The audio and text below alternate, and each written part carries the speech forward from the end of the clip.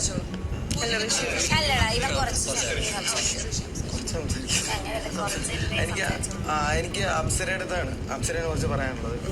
ഇപ്പൊ അപ്സര ഗബ്രീനെ സപ്പോർട്ട് ചെയ്യണ്ടല്ലോ, ഇതിന് വെറുത്തിട്ടായിട്ട് ഈ ടീമിൽ വെറുത്തായിട്ടുള്ള ഒരാളാണ് ഇല്ലേ.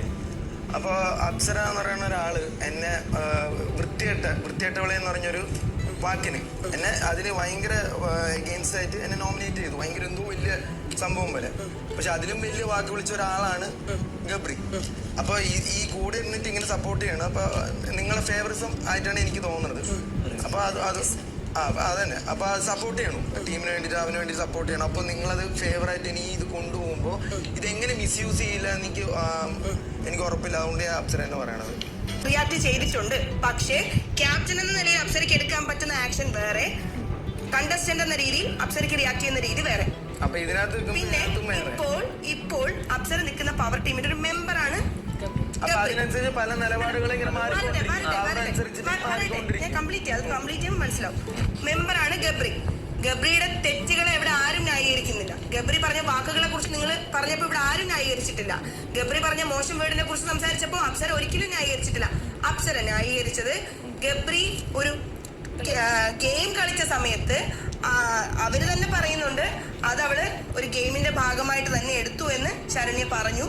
അങ്ങനെ പറഞ്ഞ് അതുകൊണ്ട് അങ്ങനെ ഗെയിമിന്റെ ഭാഗമായി എടുത്ത ശേഷം പിന്നെ അതിന്റെ ബേസിൽ അയാൾ അയോഗ്യൻ എന്ന് പറയുന്നത് ശരിയാണോ തെറ്റാണോ എന്ന് മാത്രമേ അപ്സര എന്ന വ്യക്തി ചോദിച്ചിട്ടുള്ളൂ. ഈ രണ്ട് ഇൻസിഡൻസിനെ തൂക്കി നോക്കുന്ന ത്രാസ്, ഈ ത്രാസിനെ വെച്ച് ഋഷി എന്നുള്ള ഇപ്പൊ ഋഷി പറഞ്ഞത് രണ്ട് ഇൻസിഡൻസിനെ തൂക്കി നോക്കിയിട്ട് പറഞ്ഞു രണ്ടിലും സിമിലർ ആയിട്ടുള്ള കാര്യങ്ങളല്ലേ നടന്നിട്ടുള്ളതെന്ന്.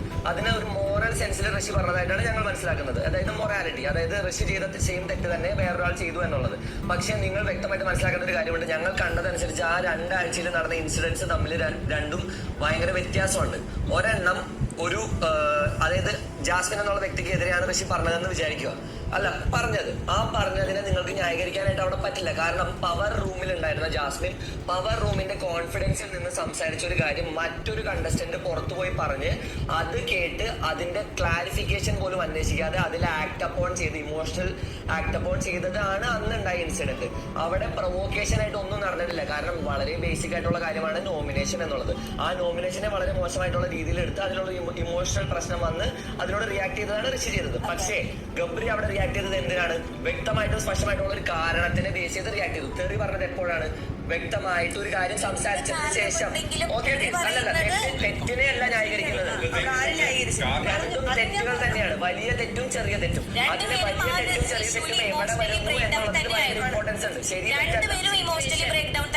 അതെ, എക്സാക്ട്ലി.